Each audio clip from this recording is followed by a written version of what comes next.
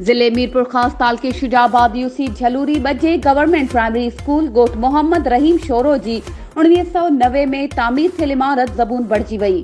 School जी चौदीवारी न हुजण ऐं छत जा चापुड़ किरण सबब शागिर्दनि में खौफ छायल। तेज बरसातुनि ऐं तूफ़ान सबब स्कूल जी चौदीवारी किरी पई।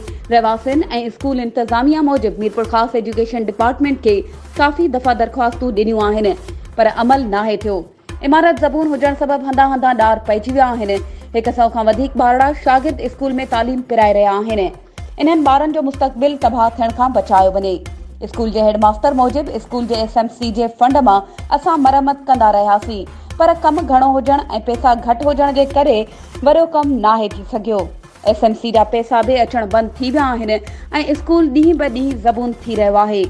असां ॻोठ मोहम्मद रहीम शोरो जा रहवासी सिंध गवर्नमेंट मीरपुर खास इंतजामिया ऐं वस वारनि खे अपील था करियूं त स्कूल जी मरम्मत कराए ॾिनी वञे।